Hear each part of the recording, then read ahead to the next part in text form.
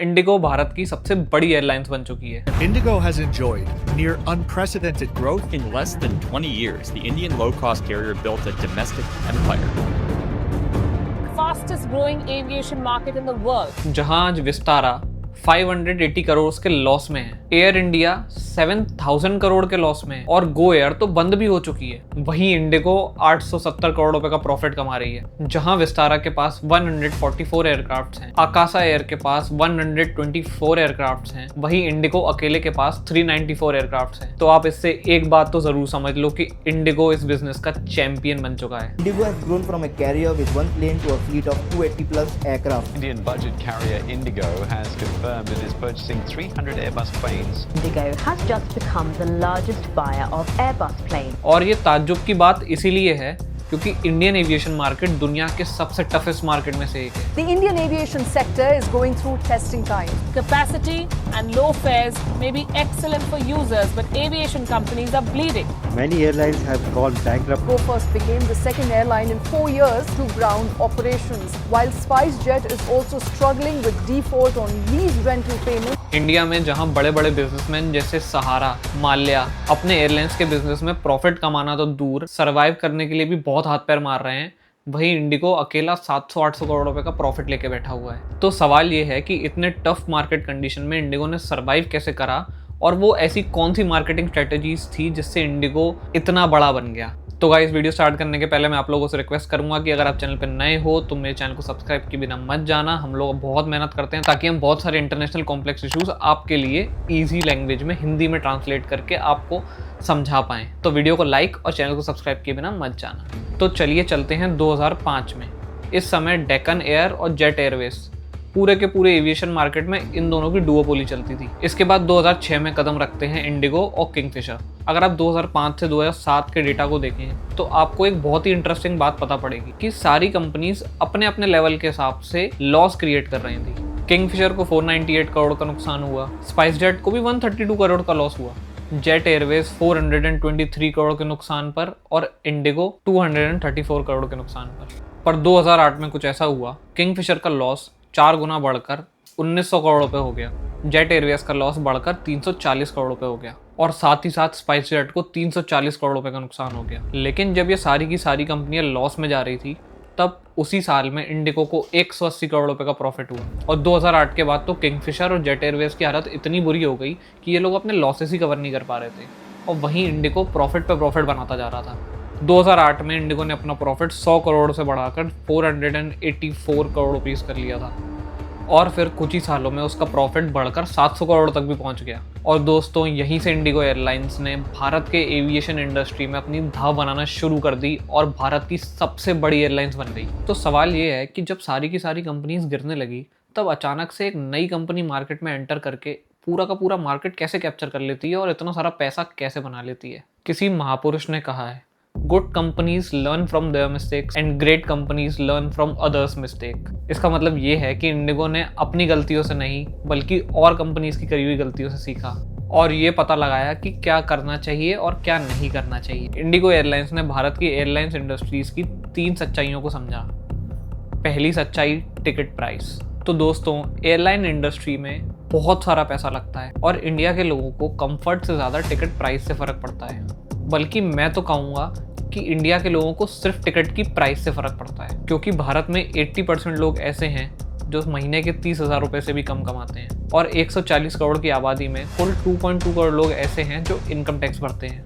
तो ज़्यादातर कस्टमर्स जो हैं वो टिकट के प्राइस देख के टिकट बुक करते हैं। अगर उन्हें 1000 से 2000 रुपये का प्रॉफिट भी मिल रहा होगा तो वो रात भर जाग के रात की फ्लाइट लेके अपनी नींद खराब करने को भी तैयार हो जाएंगे। तो अगर आपको इंडियन मार्केट में सर्वाइव करना है तो आपको टिकट के प्राइसेस हमेशा 5000 से 8000 के बीच में ही रखने होंगे। अगर आपने ऐसा नहीं करा तो आपके कस्टमर्स कहीं और शिफ्ट हो जाएंगे। दूसरी सच्चाई है मार्केट साइज। तो दोस्तों, दूर से देखने पर इंडिया का मार्केट एक बहुत बड़ा ह्यूज मार्केट लगता है जो कि 140 करोड़ की जनता के साथ है, बट अगर गौर करें तो एविएशन मार्केट 140 करोड़ का नहीं है। तो अगर आप इंडस वैली की रिपोर्ट देखेंगे तो आपको पता चलेगा इंडिया के 3 लेवल्स हैं, India 1, India 2 and India 3। India 1 के सेगमेंट में वो लोग आते हैं जिनकी सालाना इनकम 12 लाख या उससे ऊपर है। इंडिया 2 में वो लोग आते हैं जिनकी साल की एवरेज इनकम 2.5 से 3 लाख रुपए है और इंडिया 3 में वो लोग आते हैं जिनकी सालाना इनकम 1 लाख या उससे कम है। और अगर आप तीनों सेगमेंट्स की पॉपुलेशन को देखें तो आप समझ पाएंगे कि इंडिया 1 में सिर्फ 12 करोड़ लोग हैं, वहीं इंडिया 2 में 30 करोड़ लोग हैं, और अगर इंडिया 3 की बात करें तो उसमें लगभग 90 से 100 करोड़ लोग हैं। तो अगर आपसे कोई पूछे कि ऐसे कौन से लोग हैं जो फ्लाइट्स में ट्रैवल करना पसंद करेंगे, तो आप क्या कहेंगे? India 1, right? बिल्कुल सही। इंडिया की फ्लाइंग मार्केट 12 से 15 करोड़ लोगों की ही है, और डेटा भी यही कहता है। तीसरा सच है प्रॉफिट मार्जिन। तो दोस्तों, इंडिया के एविएशन मार्केट में पैसा बनाना बहुत ही मुश्किल है। ऑपरेशनल कॉस्ट का 40 से 50% पैसा सिर्फ और सिर्फ फ्यूल्स में ही खर्च हो जाता है, और क्योंकि इंडिया क्रूड ऑयल बाहर से इम्पोर्ट करता है, इनके प्राइसेस पर किसी का कंट्रोल नहीं है। तो मान लीजिए अगर हमें एक बैरल क्रूड ऑयल $30 का मिला है, तो कल वो हमें $100 का भी मिल सकता है, या फिर $10 का भी मिल सकता है। इसीलिए एविएशन मार्केट में पैसा कमाने का सिर्फ एक ही तरीका है, अपना खर्चा कम से कम रखो और प्रॉफिट मार्जिन्स को हाई रखो, और अपने सिस्टम को इतना एफिशिएंट बना लो कि तेल के प्राइसेस कम या ज़्यादा होने से आपको फ़र्क ना पड़े। और ये बात इंडिगो ने बहुत अच्छे से समझ ली थी। इंडिगो ने अपने ऑपरेशंस के पहले साल में ही एयरबस को 100 प्लेन्स का ऑर्डर दे दिया था, जिसका कॉस्ट लगभग $6 बिलियन था। अब आप कहेंगे कि मैं तो अभी पैसा बचाने की बात कर रहा था, और यहाँ तो आपने $6 बिलियन इंडिगो के खर्च कर दिए। पर इंडिगो ने $6 बिलियन खर्च करके पैसा गंवाया नहीं है, पैसा बनाया है। मैं आपको अभी समझाता हूँ। तो इसको समझने के 3 पार्ट्स हैं। पहला, एयरबस की मजबूरी। तो दोस्तों, 2005 में एयरबस इंडिया के मार्केट से पूरी तरीके से साफ हो चुका था, और सारी की सारी इंडियन कंपनीज बोइंग एयरक्राफ्ट पे शिफ्ट हो गई थी। लगातार एयरबस के एयरक्राफ्ट में सेफ्टी इश्यूज आने के कारण एयरबस ने अपना पूरा का पूरा इंडियन मार्केट खो दिया था। 2005 के बाद एयरबस इंडिया के मार्केट में घुसने का मौका ढूंढ रहा था। इंडिगो ने इस बात को समझा कि एयरबस जो है वो इंडियन मार्केट में घुसने के लिए बहुत बेताब है, और इंडिगो ने एक साथ 100 प्लेन्स का ऑर्डर दिया एयरबस को, जिसकी वजह से एयरबस ने इंडिगो को 50% तक का डिस्काउंट दिया। अब आप सोचो, आपको 800 करोड़ का प्लेन 400 करोड़ में मिल जाए तो कितनी सही बात होगी। अब आते हैं इसके दूसरे पहलू पर। एयरबस का जो एयरक्राफ्ट है वो बाकी एयरक्राफ्ट से 5 से 10% फ्यूल एफिशिएंट है, और वो कम फ्यूल कंजप्शन लेता है। अब आप सोचो कि 5 से 10% में क्या ही फर्क पड़ता होगा। तो दोस्तों, यही थोड़ा थोड़ा फर्क करके ही इंडिगो ने बहुत सारा पैसा बना लिया। तो चलिए इसे एक एग्जाम्पल से समझते हैं। तो मान लीजिए मुंबई से दिल्ली जाने में एक बोइंग का एयरक्राफ्ट 1000 लीटर फ्यूल लेता है, और वहीं एयरबस का एयरक्राफ्ट 900 लीटर फ्यूल लेता है। और अगर 1 लीटर फ्यूल की कीमत 100 रुपये है, तो सिर्फ एक ही फ्लाइट से इंडिगो 1 लाख रुपए बचा लेगी। अब मान लेते हैं कि इंडिगो रोजाना 100 फ्लाइट्स रन करती है, तो वो दिन के 1 करोड़ रुपए बचा लेगी, और अगर पूरे साल का कैलकुलेट करें तो वो 365 करोड़ रुपए बचा लेगी। और आज इंडिगो एयरलाइंस 100, 200, 500 नहीं, पूरी 2000 फ्लाइट्स रन करती है ऑन डेली बेसिस। तो आप सोचो कि इस 5 से 10% के डिफरेंस से इंडिगो कितना पैसा बचा लेगी। तो जहाँ सारी कंपनीज बोइंग यूज़ कर रही थी, वहाँ इंडिगो और किंगफिशर एयरबस यूज़ कर रही थी। इसके बाद आता है इंडिगो का मास्टर मूव, जिसे कहा जाता है sales and lease back policy, जिसकी वजह से इंडिगो आज भारत की सबसे बड़ी एयरलाइंस बन चुकी है। तो चलिए समझते हैं ये sales and lease back model होता क्या है। इस मॉडल में एयरलाइन अपने खरीदे हुए एयरक्राफ्ट को सेल कर देता है एक ऐसी कंपनी को जो एयरक्राफ्ट रेंट करती हैं, और फिर उसी से वही एयरक्राफ्ट रेंट पे ले लेता है। इंडिगो ने एयरबस से 800 करोड़ का एयरक्राफ्ट 400 करोड़ रुपए में खरीद लिया 50% डिस्काउंट के साथ, क्योंकि इंडिगो ने 100 प्लेन्स का ऑर्डर दिया था और एयरबस इंडिया के मार्केट में घुसना चाहती थी। एयरबस ने 50% का डिस्काउंट दिया इंडिगो को। फिर इंडिगो इसी एयरक्राफ्ट को एक एयरक्राफ्ट रेंटिंग कंपनी को बेच देगा 600 करोड़ रुपए में, जिसमें इंडिगो 200 करोड़ रुपए कमाएगा, और जिस एयरक्राफ्ट रेंटिंग कंपनी को वो एयरक्राफ्ट बेचेगा उसे 200 करोड़ रुपए का फायदा हो जाएगा। साथ ही साथ उस एयरक्राफ्ट रेंटिंग कंपनी को 5 से 8 साल के लिए एक परमानेंट ग्राहक भी मिल जाएगा जो उसके एयरक्राफ्ट को रेंट पे ले लेगा। तो ये दोनों कंपनीज के लिए एक विन विन सिचुएशन होती है। इसके साथ साथ इंडिगो का एक सबसे बड़ा फायदा ये भी होता है कि उसे इंस्टेंट प्रॉफिट मिल जाता है, जिससे कि इंडिगो एक कैश रिच कंपनी बन जाती है और तेल के बढ़ते घटते प्राइसेस में वो सफ़र नहीं करती है।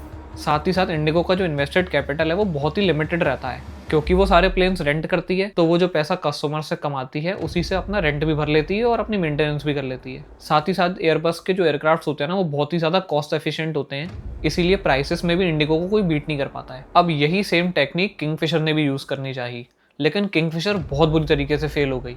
आइए जानते हैं क्यों। जिसका एक बहुत बड़ा रीज़न था कि किंगफिशर ने इंडिया के मार्केट को समझने में बहुत बड़ी गलती कर दी। किंगफिशर एयरलाइंस को लगा कि अगर वो अपने कस्टमर्स को किंग साइज सर्विस देगी तो उसे किंग साइज पैसा भी मिलेगा, पर यहाँ वो गलत था। इंडियन कस्टमर को किंग साइज सर्विस तो चाहिए, लेकिन वो उसके लिए किंग साइज पैसा देने को राजी नहीं होते।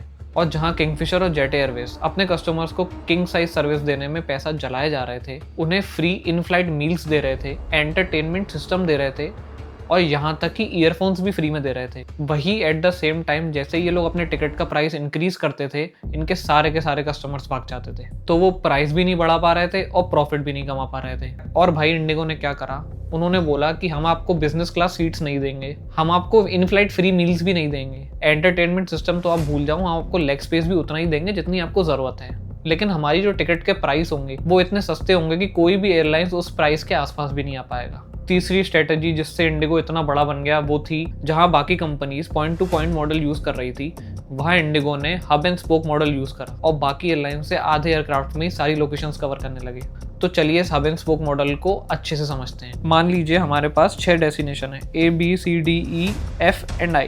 अब पॉइंट टू पॉइंट मॉडल में ऐसा होता है कि flight point A to point B directly जाएगी, A टू C भी डायरेक्टली जाएगी, A टू D भी डायरेक्टली जाएगी, इसी तरह A to E, A to F सब जगह डायरेक्टली जाएगी। ऐसे करते करते टोटल 6 डेस्टिनेशन कवर करने के लिए आपको 15 प्लेन्स लग जाते हैं। लेकिन हब एंड स्पोक मॉडल में ऐसा होता है कि इन्हीं 6 पॉइंट्स को कवर करने के लिए बीच में एक पॉइंट होता है पॉइंट 0, इसे हम कहते हैं hub.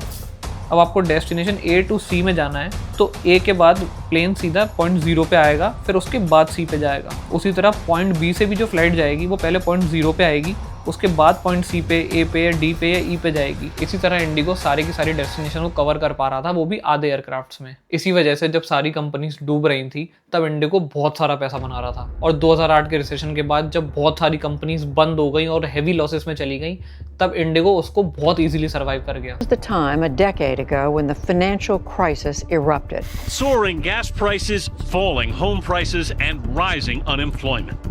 What kind of recipe is that? Overall, that's a recipe for a recession. We're in an urgent situation. Now it's official, we are in a recession. And the consequences will grow worse each day if we do not act. तो आज की video से हमें सीखने को मिलता है कि अगर आप अपने कस्टमर्स को ढंग से अंडरस्टैंड नहीं कर पाओगे, अगर अपने मार्केट को ढंग से आइडेंटिफाई नहीं कर पाओगे या उनकी साइकोलॉजी नहीं समझ पाओगे, तो आप बिजनेस में बहुत कम टाइम के लिए टिक पाओगे। So this is it from my side guys. अगर आपको मेरी वीडियो देख के थोड़ी भी नॉलेज मिली हो या कुछ आपने गेन करा हो तो मेरे चैनल को सब्सक्राइब और मेरी वीडियो को लाइक किए बिना मत जाना।